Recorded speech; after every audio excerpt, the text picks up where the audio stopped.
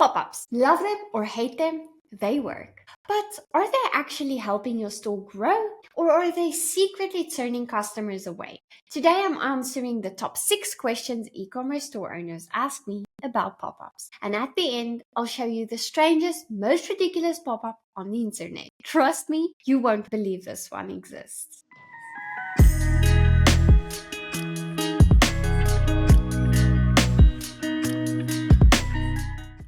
Hi, I'm Liesel, and today we're tackling the top 6 questions people have asked me about pop-ups. If you've ever wondered whether pop-ups still work, how to make them less annoying, or what the best pop-up strategy is, this episode is for you. And remember, stick around to the end because I'm revealing the weirdest pop-up I've ever seen. Let's get straight into it. Do pop-ups still work in 2025, or are they a thing of the past? The short answer, yes, they absolutely still work.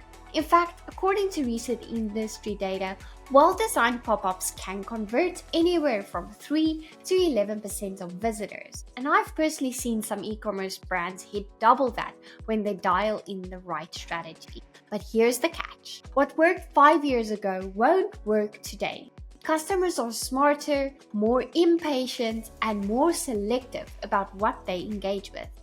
That means pop-ups can't just be annoying interruptions anymore.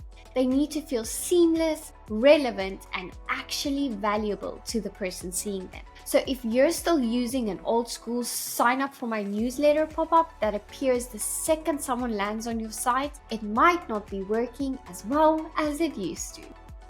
But if you're using strategic pop-ups like exit intent offers, VIP list exclusives, or a well-timed free shipping incentive, you're still capturing emails and driving sales like crazy. The bottom line, pop-ups are not dead, but lazy, outdated pop-ups, those should be buried.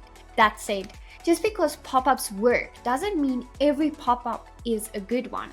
There's a fine line between a pop-up that converts and one that sends people running for the exit button. So how do we make sure your pop-ups actually help your business instead of driving customers away? That brings me to the second question. Let's talk about the elephant in the room, annoying pop-ups.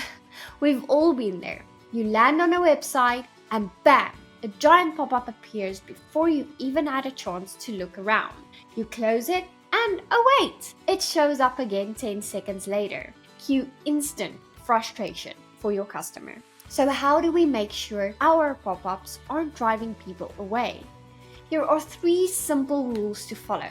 1. Timing is everything. One of the biggest mistakes I see is triggering pop-ups too soon, before a visitor has even had time to browse. Instead, try these strategies. Delay pop-ups until at least 10 to 15 seconds into their visit. Use scroll-based pop-ups so they only appear once someone is engaged with your content, or use exit intent pop-ups. These only appear when a visitor is about to leave, which makes them feel less intrusive and more like a final opportunity. 2. The offer has to feel worth it. If your pop-up is interrupting someone's experience, it better be valuable enough to justify it. A generic sign up for our newsletter won't cut it. Instead, try exclusive VIP access. You can say, join our VIP list for early access to sales. A high-value freebie like download our free size guide before you shop. Or a well-positioned discount like unlock 15% off your first order expires in 24 hours. 3. Make it easy to close. Nothing is worse than a pop-up with a tiny hard-to-find close button. This instantly feels spammy. The best practices is make the close X button big and visible. Avoid those annoying pop-ups that trap visitors and won't let them click away. And if you really want to test something clever, try a no, I don't like discounts opt-out button. These can be fun, but don't overdo it. My final takeaway of this, a great pop-up shouldn't feel like an interruption. It should feel like an opportunity. Nail the timing, offer something worth signing up for, and make sure it's easy to close. Do that and your pop-ups will convert without annoying your customers. Alright, let's move on to question 3. What's the best pop-up incentive, discount, freebie, or exclusive offer? This one's big because the right incentive can literally double or triple your conversion rates. What actually makes someone hand over their email? Is it a discount, a freebie, or something exclusive? Here's the truth, and you are going to hate the answer. The best pop-up incentive depends on your business model and your audience. But what I can do is break down 3 main categories and when to use each one. First, let's talk about discounts. Discounts are the most common pop-up incentive, and for good reason. A percentage off the first order, free shipping offer, or even a spin to win style pop-up can work really well if your customers are price driven. I've seen brands offer 10 to 15% off first purchases and get fantastic sign-up rates. But here's where you need to be careful. If you already have tight profit margins, or you don't want to train your customers to expect discounts every time they visit your store, a discount might not be your best option. And that brings me to freebies. Instead of offering money off, you can give something valuable for free. This could be a downloadable size guide, a quiz result, or even a free sample with purchase. The idea here is to add value before asking for a sale. This works especially well for brands that need to educate their customers before they buy, like skincare, supplements, or home decor.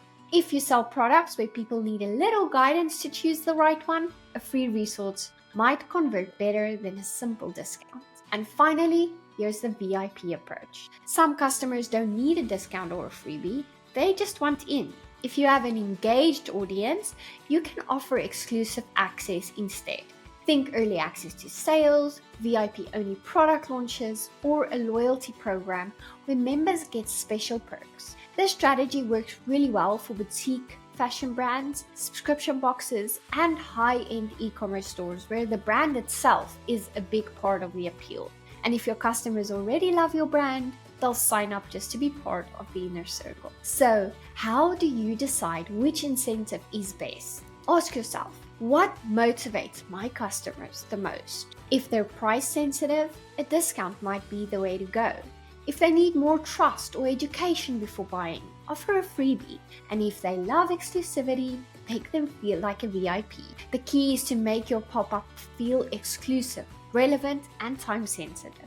That's what makes people sign up. And if you're not sure what kind of lead magnet will work best for your store, I've got something to help. I created a fun free quiz to help you find the best lead magnet to grow your email list and boost sales based on your personality and ideal customer avatar. It takes just a minute, and at the end, you'll get a personalized recommendation tailored to your business. You can take the quiz at shecommercesimplified.com/quiz or check the show notes. Let's move on to question 4. How can I test my pop-ups to make sure they're actually working? Because it's one thing to create a pop-up, but if you're not tracking results, you're just guessing. Here's the thing. Most people set up a pop-up once and never touch it again. But the brands that get the best results, they test and tweak constantly. Even small changes like adjusting your pop-up timing or just rewording your call to action can double or even triple your sign-up rates. So how do you know if your pop-ups are actually converting? There are 3 key metrics you should be tracking inside Klaviyo. First, look at your submission rate. This tells you what percentage of visitors are actually signing up. If your pop-up is converting at 3 to 5%, that's decent. If it's above 8%, you've got a strong pop-up. But if it's below 2%, something's not working. Either your offer isn't compelling enough or the timing is off. Next, check your dismiss rate. This shows you how many people are closing the pop-up without taking action. If most people are immediately dismissing your pop-up, it might be showing up too early or the offer isn't relevant. A/B testing different triggers like switching from an immediate pop-up to a scroll triggered one can make a huge difference. And finally, don't forget about email performance. because getting the sign up is just step one. The real question is, are these subscribers turning into customers? Inside Klaviyo, you can track how many people who signed up through your pop-up actually open and click your emails, especially your welcome emails. If they're not engaging, you might need a better welcome email sequence to keep them interested.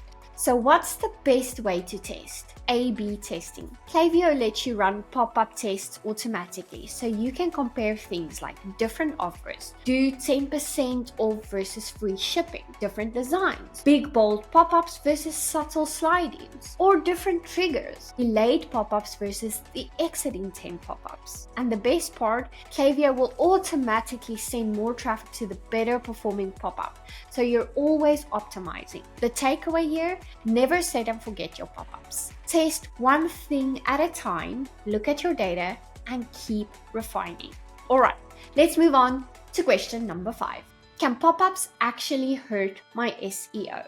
Because if you've ever worried that using pop-ups might hurt your website's rankings, you're not alone. The short answer is yes, but only if they're done poorly. Google has actually cracked down on certain types of pop-ups, specifically the ones that ruin the user experience on mobile. If a pop-up completely takes over the screen, blocks the content, or forces someone to close it before they can do anything, Google sees it as an aggressive pop-up.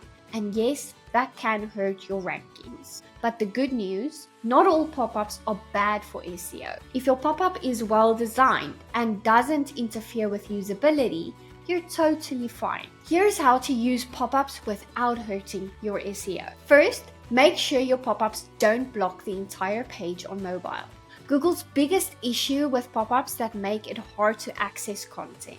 So if you're using a pop-up, keep it small, use a slide in or delay it until the visitor has engaged with the page. Second, use exit intent or scroll triggered pop-ups instead of immediate ones. Google is less likely to penalize pop-ups that appear after the visitor has started engaging with the page. That way, the pop-up isn't the first thing they see. And finally, Google doesn't penalize legally required pop-ups. So if you have a cookie consent pop-up, an age verification pop-up, or a GDPR compliance banner, you don't have to worry. So the bottom line, pop-ups won't hurt your SEO if they're done right. Just avoid aggressive full-screen pop-ups on mobile and make sure they appear at the right time. Alright, let's move on to question number 6. Can I show different pop-ups to different people?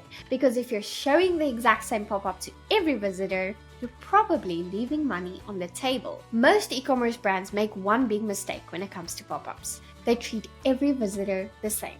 But not all website visitors are at the same stage in their buying journey. Some are brand new and need an introduction. Others might be returning customers who already know your brand but haven't made a second purchase yet. If you can customize your pop-ups based on who's visiting your site, you'll see way better results. And here's the good news. Once again, Klaviyo makes this super easy with its built-in pop-up targeting features. You don't need complicated coding or extra tools because Klaviyo lets you show different pop-ups based on visitor behavior, page views, or even purchase history.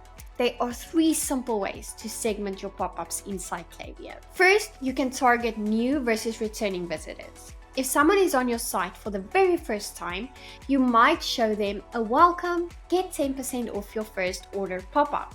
But if they're returning, that same offer doesn't make sense. Instead, you could show them something like welcome back. Get free shipping on your next order. With Klaviyo, you can set up pop-up targeting rules to make sure the right person sees the right message. And the second way to segment pop-ups is by the page they're visiting. If someone is browsing a product page, you can show them a pop-up related to that product. Or if they're reading a blog post, you could offer a free guide or quiz that helps them take the next step. In Klaviyo, you can create page-specific pop-ups, so you're not just blasting the same message to everyone. And finally, one of my favorite Klaviyo features is targeting pop-ups based on shopping behavior. Let's say someone has added an item to their cart but hasn't checked out yet. You can trigger a pop-up reminding them about their cart or offering a time-sensitive discount. You can even set it up so VIP customers see different offers than first-time visitors. Now, this strategy is powerful, but if you're brand new to pop-ups, do not worry about this just yet. If you've never set up a pop-up before, focus on getting one great pop-up live first. Test it, tweak it, and A/B test different versions until you're happy with the results. Once you have a solid performing pop-up, then you can start layering in more advanced targeting and segmentation. The goal isn't to overwhelm yourself. It's to build a system that works step by step. The key takeaway: smart pop-ups equals better conversions. And if you want to get the most out of your pop-ups, don't just ask, what should my pop-up say? Ask, who is seeing this and what do they need to hear? Now, before we wrap up, I promised you at the start of this episode that I'd show you the weirdest pop-up on the internet. And trust me, this one is something else. It's called Zombo.com. And if you've never seen it before, you're in for a treat. Instead of a traditional pop-up asking for your email, Zombo.com greets you with a hypnotic, never-ending voiceover saying things like, "Welcome to Zombo.com. The only limit is yourself." There's no real product, no CTA, no clear purpose, no website from what I can tell. Just this looping, almost cult-like pop-up experience that doesn't let you go. Let me show you.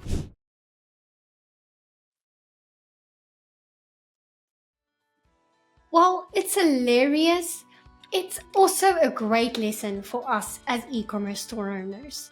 Because the problem with Zombo.com isn't just that it's weird, it's that there's no clear value, no direction, and no action for the visitor to take. And that's exactly what you want to avoid with your pop-ups. If your pop-up is vague, confusing, or doesn't clearly communicate what's in it for the visitor, people won't take action. They'll either ignore it, close it, or worse, leave your site entirely. So the lesson learned? Your pop-up should always have a clear purpose. They should guide your visitors towards something valuable, whether that's a discount, a freebie, or VIP access. Make it obvious, make it easy, and make it worth their time. Alright, now that we've had our fun, let's move on to the closing summary where I'll quickly recap the biggest mistakes people make with pop-ups so you can avoid them and start seeing real results. The biggest mistake is focusing on what you want instead of what your customer needs. Most store owners think I need to grow my email list, so I'll slap a pop-up on my site. But your visitor isn't thinking, why should I give you my email? What's in it for me? If your pop-up doesn't instantly communicate value, people will ignore it, dismiss it, or worse, leave your site altogether. Here are the 3 biggest pop-up mistakes that could be costing you your signups.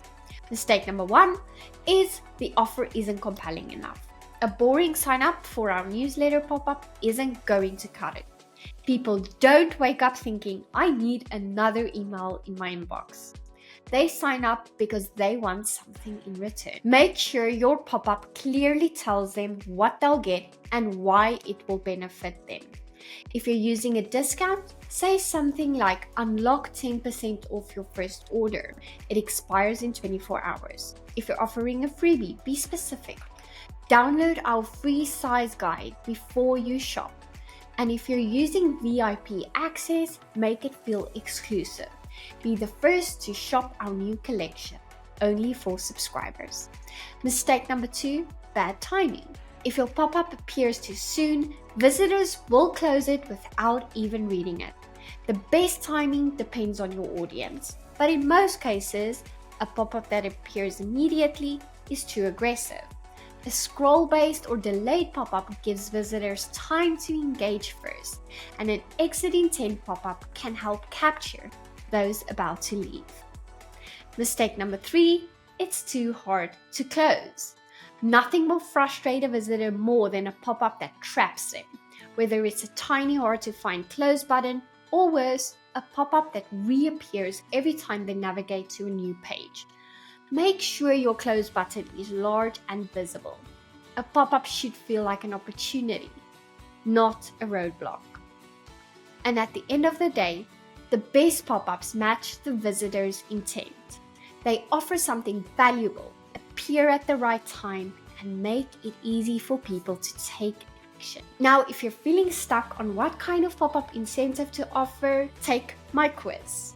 I created this free quiz to help you figure out the best lead magnet to grow your email list and boost sales, based on your personality and your ideal customer avatar.